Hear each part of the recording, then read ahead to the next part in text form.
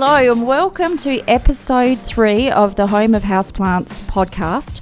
I am here today in the beautiful town of Tully, just on the outskirts of Tully, with the president of the Australian Aroid Society, Miguel Pasqual. I'm here at his home, a small acreage that is literally covered in plants of various genii. Miguel Pasqual, thank you for letting me visit your home and talking to you today. My pleasure, Joe. I just wanted to give people a word picture of what we're sitting amongst. We are here on an acreage of about what size, Michael? Bit over 3 acres. 3 acres. And your home for the last 6-7 years? 12. When you came and when you purchased this acreage just on the outskirts of Tully, I understand it was a bear paddock. Just covered in long grass, higher than an elephant's eye. Long grass, my God. And so what I was confronted with as I drove down this driveway was a canopy of trees that are dripping in vines and palms and foliage of every type, but predominantly palms and rainforest trees that led down a lovely long dirt track to Michael's home, set towards the back of the block.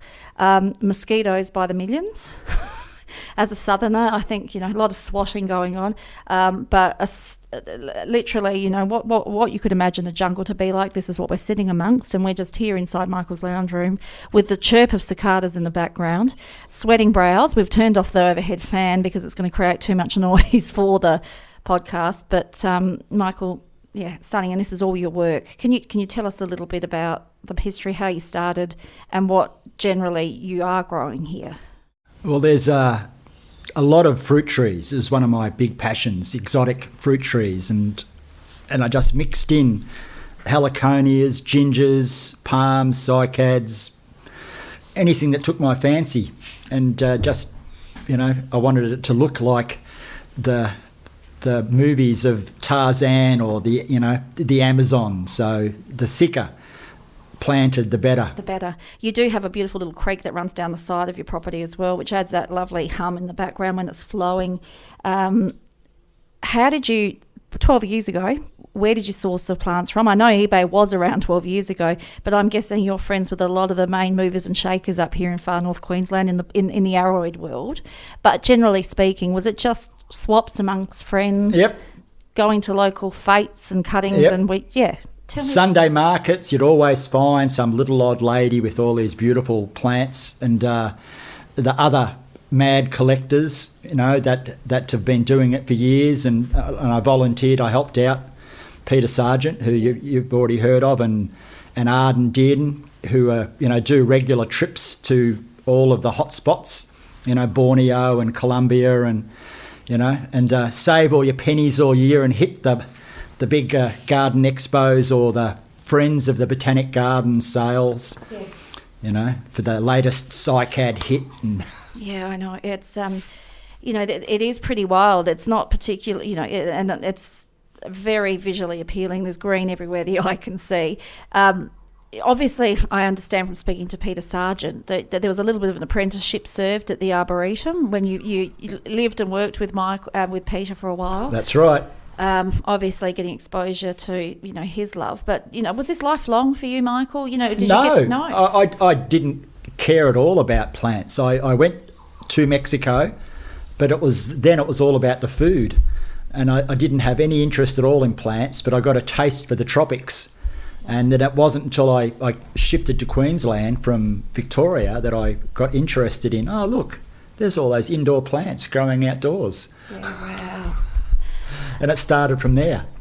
So you found people who were like-minded in your friendship with Peter Sargent and others. And I understand a recollection of Peter's was you and he going to Townsville for an International Aroid Association conference in your younger days. I didn't go. That was Peter and Arden and a few of the other mad collectors from the far north. Yes. And that was 87 or something, I think. And they were the young blokes on the scene, yes. Walking into this room full of older people who sort of turned back and thought, who are these young blokes walking in?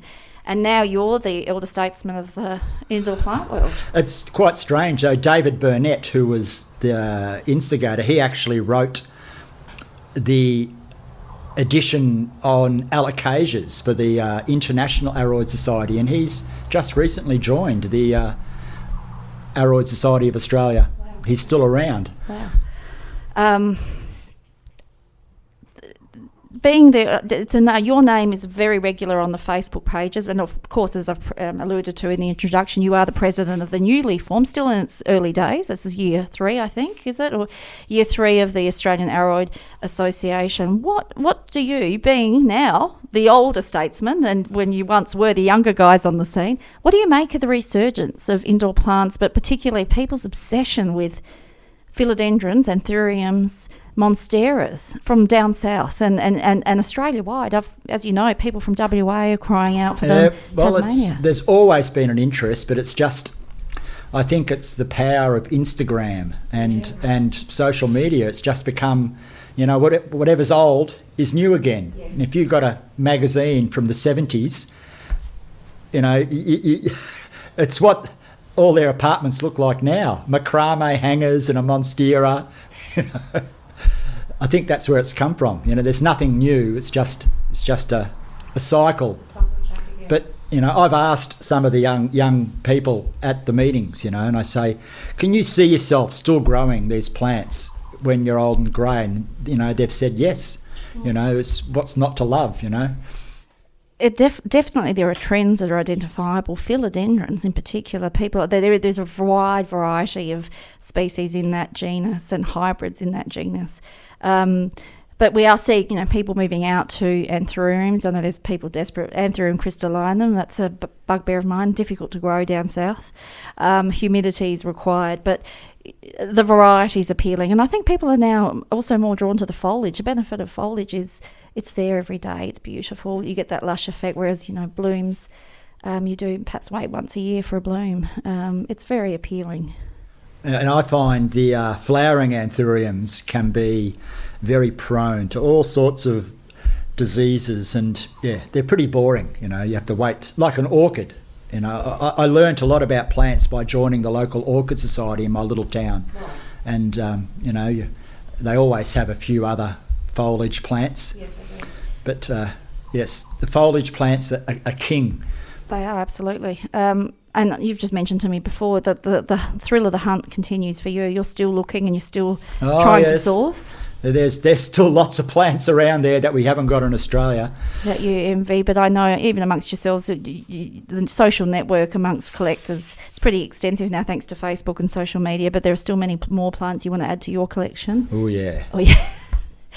You are, apart from being president of the Aroid Association and well known amongst collectors in, far north Queensland and Australia-wide, you've been selling for a while on eBay as well. And that's, you're the first guest I've had on the podcast who's been an established and well-known eBay seller. How'd you get into it? How's that going, and are you enjoying it still? Well, how I get into it's a funny story. My mum visited me when I was living in the subtropics, and she liked it so much she went out and bought a house. And then we were celebrating in a beer garden in Bundaberg, and she picked up this little bit of mondo grass and she planted it in the garden, and she told me a few years later she'd sold 5,000 bits of it. And I said, if Mum can do it, I can. Yeah. And that helped me get a deposit for this house, and it helped pay it off. You just self-taught yourself on eBay, was it 10, 12 years ago? I can't remember how long, 10, 12 years ago, you chipped away. Now, I think you mentioned you actually have a store on eBay, is that right? You're just not casually selling here and there. A store requires a certain volume of sales. What's your store name? Aussie Aroids. Aussie Aroids. I think I have been a customer of yours as well, Michael, a few times. But tell us a little bit of what you're selling. Obviously, you're catering to the demand. I know a lot of people love unusual alocasias. And of course philodendrons, monsteras. What's been a trend you've noticed in terms of your sales recently? Anything that's attractive and small. One of my popular things now is I'll offer a little cutting that I'll send in a padded bag for free postage. Right. And sometimes I'll go to the post office and I only have 2 parcels, but a stack of 10 padded bags. That is a trend I'm actually noticing, that it's almost such is the demand for indoor plants that there are a lot of people now offering cutting. Just the cutting, yes. Just the cutting. That can obviously reduce the price significantly, Yeah. but still you can, obtain a really decent price for a cutting if it's a plant in demand. That's right. Easy But price. it's also, you can see that some people are selling a one node cutting, which I think is a bit unethical. It should be at least 2 nodes. So I was going to ask you about that. I know that there's a strong view that you need 2 nodes almost as a fail-safe, Michael. What's your view on propagating? I did ask Neil Crafter his preferred way to propagate philodendrons, and he's a big fan of the cutting in some moist sphagnum moss in a bag, and that's required in southern conditions of South Australia and Victoria because of the lack of humidity. You up here in Tully could obviously propagate in open air. Can you tell us a little bit about how you propagate up in the tropics? Well, I've been using the top quality potting mix I buy, the best you can get, and I lighten it up by adding rice husks. A friend of mine got a whole heap for a project he was working on, but I haven't been able to access that anymore. But what the professionals use is perlite, and that's mined locally. There's you can buy it quite cheap. It's very light, and you can get like a 100-litre bag for a very reasonable price. So the professionals will use peat moss and perlite to propagate. It's very light, very airy, and works quite well. Are you using shallow trays to No, pot I actually use quite tall space saver pots, mainly because you can leave them in there for quite a while. But I use I've got all sorts of pots. Depends on the cutting. If it's a little tiny cutting, I'll do a lot of what I call compots, which is an abbreviation of community pot. And so you'll do 10 cuttings in the one pot. Okay. And then so it's a bit silly just having 10 pots with one cutting in each one. So if only 8 strike, you don't have the problem about 2 pots there with. And being in the tropics and the humidity, as I said, we're drenched in sweat as we record this interview here. It's pretty humid this time of year, being January 2019. You would be able to strike them quite quickly. Oh yes, it's ridiculous. Like I've been trying to keep a record, and some plants I've had only say 3 weeks, 4 weeks, and they've got roots already and shot. So what about June, July, August? A little bit of a slowing down? Oh yes. You should try, and you can still propagate up here, but I try not to. Okay. I try and get it all done. Now this time of the year is the best time. Is that because humidity is at its strongest? Yes. So I tried doing some stuff. We just had that big heat wave, and a lot of the stuff I had, it was a real disappointment. I just checked them a while ago. I had an Anthurium veitchii seed, and I was really looking forward, but the heat just cooked them all dead. Not a single. I had 2 big batches of seed that I was really looking forward to growing on, and that just got cooked. So, I guess what you're saying is, and it does make me feel a little bit better, that even Michael, the president of the Aroid Society of Australia, I should say, not South Australia, of Australia, has losses as well. And you're in probably the most ideal climate. The most ideal climate. So for everyone out there who suffers losses, and I know there's many of you out there, as do I, that you're not immune from the loss either. Wow. Okay. And there was, in your case, unfortunate heat wave that had dried out the garden, but I'm sure there's other reasons why you lose plants. And I know bush turkeys was one problem you have up here, amongst feral, yes, and feral pigs as well. Do you get many of them here where you are? A bit further down the road, yes. But we're a little bit close to town here. So you have your challenges. They might be different to everyone else down south, but you do have your challenges here for your plants. Yes, I've got resident turkeys that just love caladiums and dracontiums and amorphophallus. Oh yes, yum, yum. Sort of almost the plants with bulbs or corms, right? Okay, must be super sweet. And of course, you've got a Garden of Eden out there with many fruit trees that I've witnessed myself that would also be attracting them.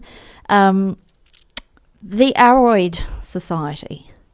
Tell me a little bit about what you and the committee are hoping to do going forward. I know there's been a movement to include the southern states and Western Australia and really make it a national organisation with informal chapters in each state. But the heart of it is, of course, Queensland, which is, you know, the preferred climate for the plants that we adore that fall into the Aroid category. But is there a vision that you're working towards and what you hope to achieve with this society? It'll be good to get a lot more members and have ways and means of sharing seeds, seedlings, cuttings, and the knowledge, you know. And I'm lucky that I've had such a large circle of contacts. The guy who was helping out in Western Australia has been a mate for years. You know, he's also got a wide interest in plants, and he's been here and came to Queensland for a World Bromeliad Conference in Cairns 8 years ago. It was 2010, and they offered free quarantine inspection. So I took him around to all my contacts, and I think he got 500 different philodendrons and anthuriums to take back to Western Australia. Wow. From that. But so it's just a matter of being like a access to that knowledge of what's here and how to grow it. And like-minded people with a shared interest. I know that there are public is the wrong word, but aside from your monthly committee meetings, there are about 3 times a year that you have meetings where you invite members to join and come along where you have a guest speaker. 4. I'm being corrected here. 4 meetings a year where there's a specialist speaker who will have a topic of interest. And I know Neil Crafter from South Australia has presented on Philodendron verrucosum. I've myself been at the inaugural AGM and heard a speaker speak about his travels to Colombia. Fascinating stuff. And the added benefit and appealing factor to many of us who are listening was that there was a fabulous trading table where those in attendance bring plants to sell, and you get access then to a lot of the goodies that are in collectors' backyards and at a very reasonable price as well. So it's, if you are interstate, score yourself a cheap flight. I can highly recommend it, and there's a great afternoon or evening catch up afterwards. And hopefully, if there's enough members in each individual state, like I know Ian sells in Western Australia, but there's a big interest there. You know, they might even have their own meetings, you know, in each state. I know Neil had a Christmas party in South Australia. Yes, I was at that one, yes, and that was a fantastic afternoon overlooking the beach at Neil's place in the southern suburbs of Adelaide. And so it has been, as a member that's witnessed it from the outside looking in, it's certainly been a huge drive. Bringing together. Did you meet new people? Meet new people. And it was fantastic, and, you know, over lunch and, you know, just discussing our collections and sharing and making new friends. So for a nominal fee of $25 a year, I believe, and that might increase slightly, but well worth it. Neil, is there much connection? Neil, I should correct myself. Michael, is there much connection with the International Aroid Society? I know that we're an Australian chapter. Do you personally have much to do with them? Have you been to any of their conferences in Florida? No. Is it worth going, although you'll be heartbroken because you can't bring anything home? You can, but you just got to pay the price, you know.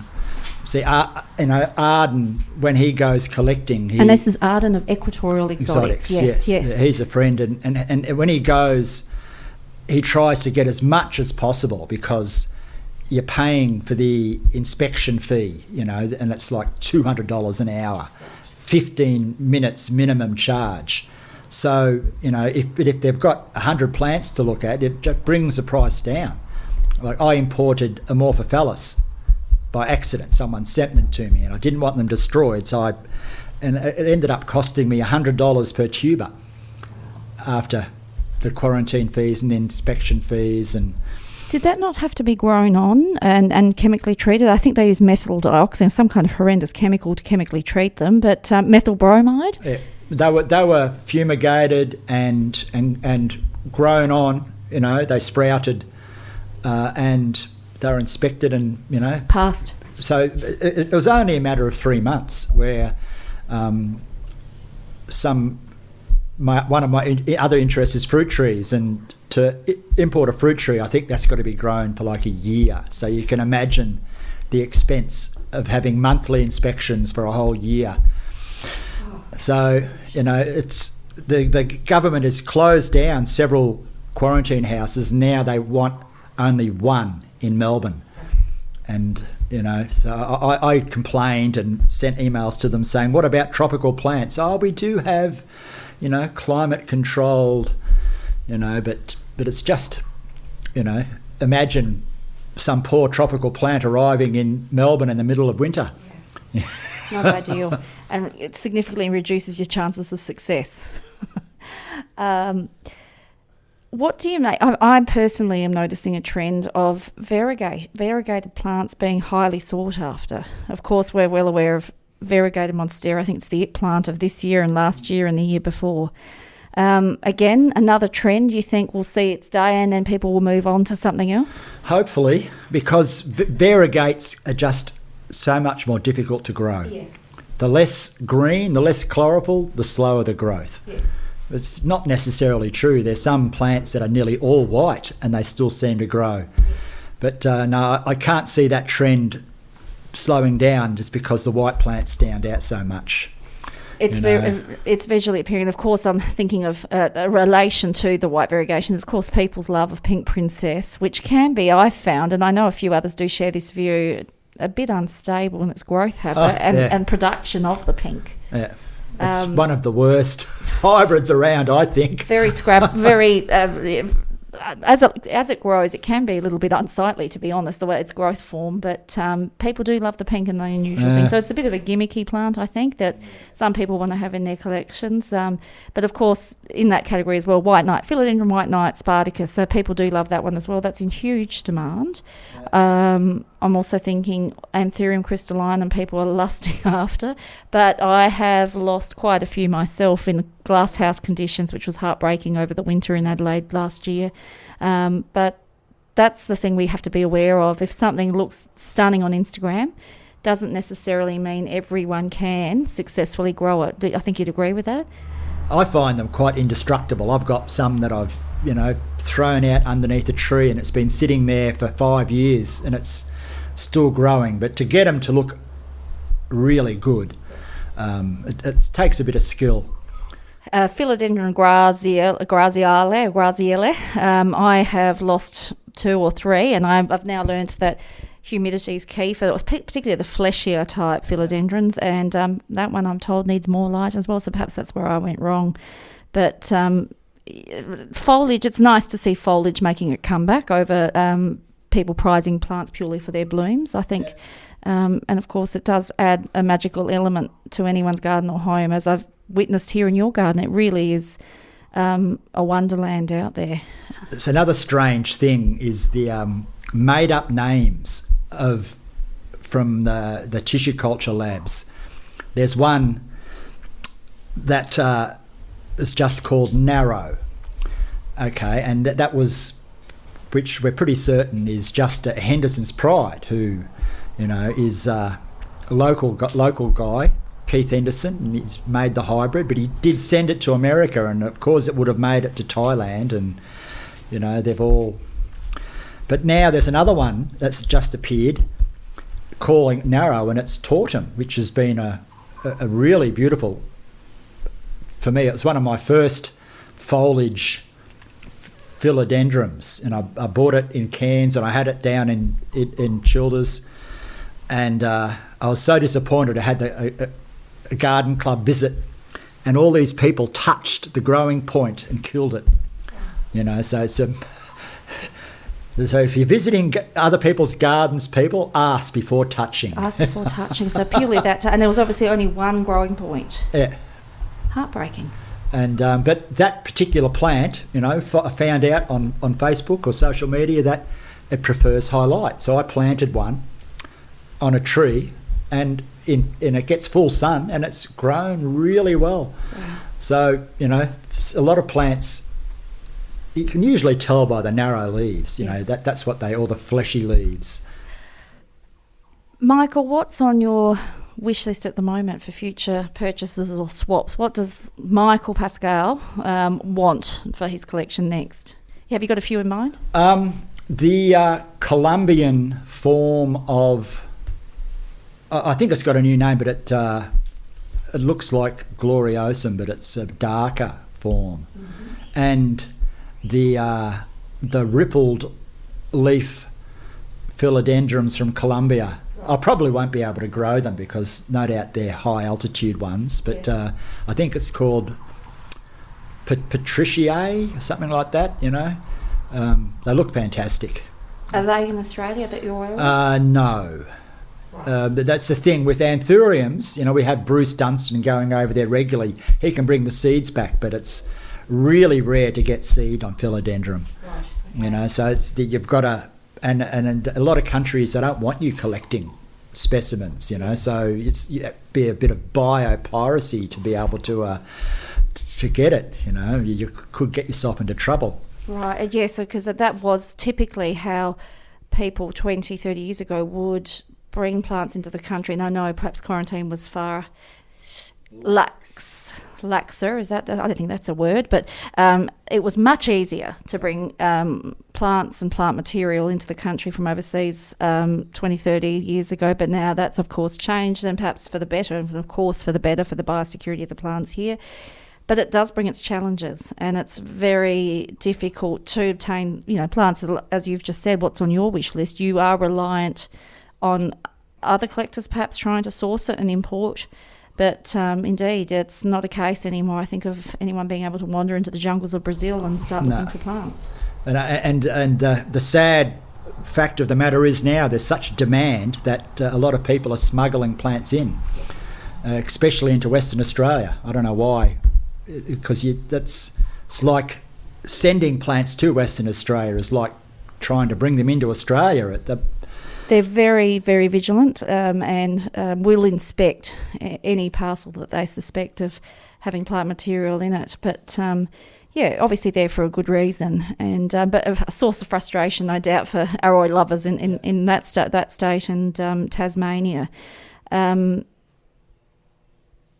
do you see, do you think this trend is going to continue? Do you think this is the new way the younger generation is showing their appreciation? Media's brought younger people to this hobby, to this collecting? It's so fantastic that there's a lot more younger people collecting plants now, because at least, there'll be, all us old collectors have got someone to pass them on to, and there's the more demand for plants, the more they'll bring in, because a lot of the new stuff now is brought in as tissue culture, so if there's more demand, there'll be more stuff imported. Which is only a good thing. What I'm really glad to see as well, that people are looking for the diversity. I know that there's the big retailer that starts with B that we won't mention, but, you go to the one in Cairns is the same as the one in Adelaide, is the same as the one in Melbourne in terms of their stock. And I think people are crying out for unique and exciting and unseen plants before, and it's only can be a good thing. Is there a tip you can pass on for people? I always sort of like to answer a question as we close off an interview. Is there something that you can recommend for a beginner? I know that you can't go wrong with starting off a Monstera deliciosa for a beginner. I think that's pretty fail-safe. Devil's ivy, which grows like a weed, and the foliage up here is the size of a forearm from an elbow to a hand, and in southern states the leaves are much smaller, but there are a really good range of plants that you can start off with, a Monstera deliciosa. But would it be aware of the needs of the plant, Michael? I'm thinking, yes. For a lot of things, you'll see people, they'll overpot them. It's best to have plants, say especially alocasias, in quite a small pot. Right, okay. And they'll do a lot better. I think that's the case with Hoyas as well. They do like to be a bit root bound. That you do. The Hoyas are the last area I wanted to touch base on. I am noticing an increase in demand for Hoyas as well, and particularly the ones with the more unusual foliage. Yes. How do they do up here? Great. Fantastic. Fantastic. Yeah. I'm thinking of the Love Heart Hoya, and I know there's a variegated version of Hoya Kerry, I think it is.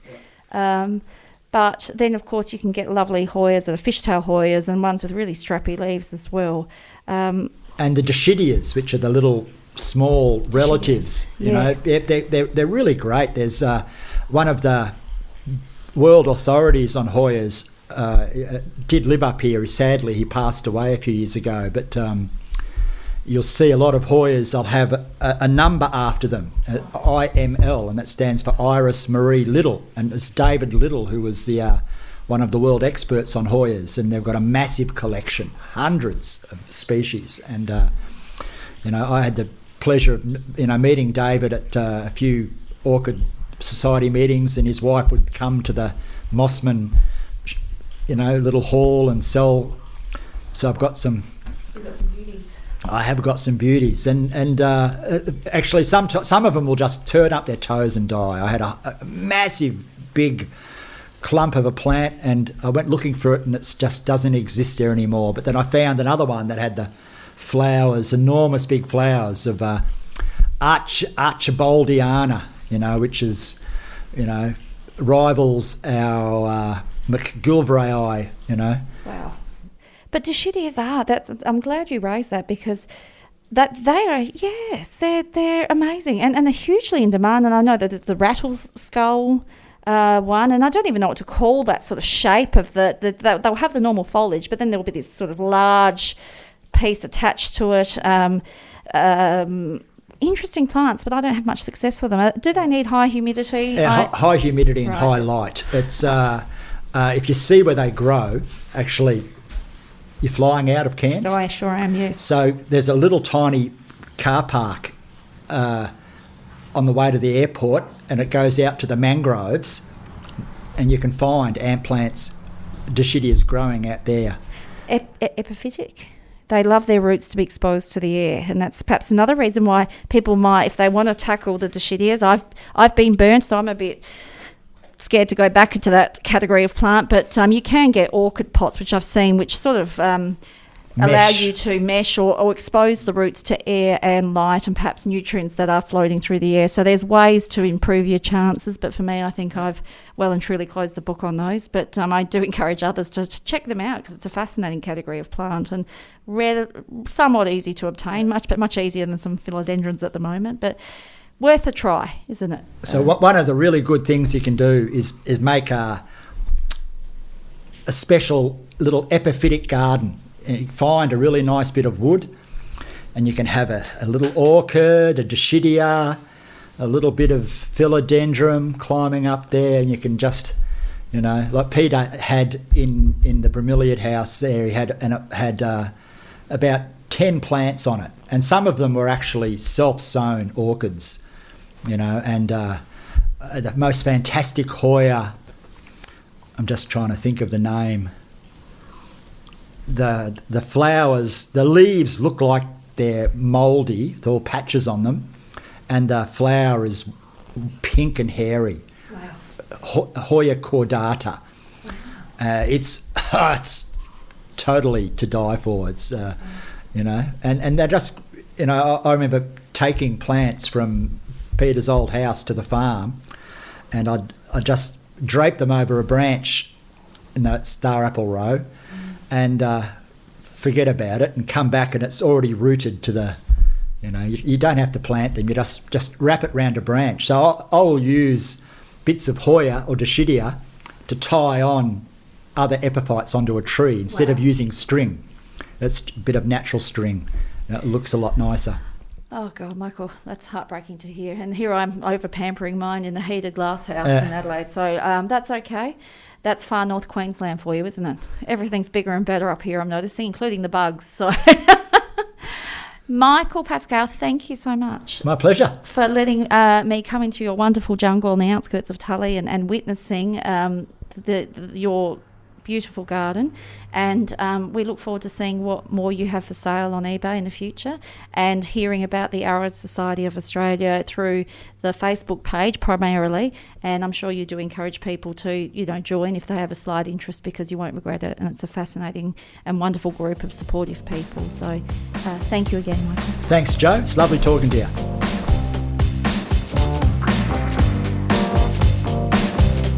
Thank you for listening to this episode of Home of Houseplants. I really do hope you enjoyed it.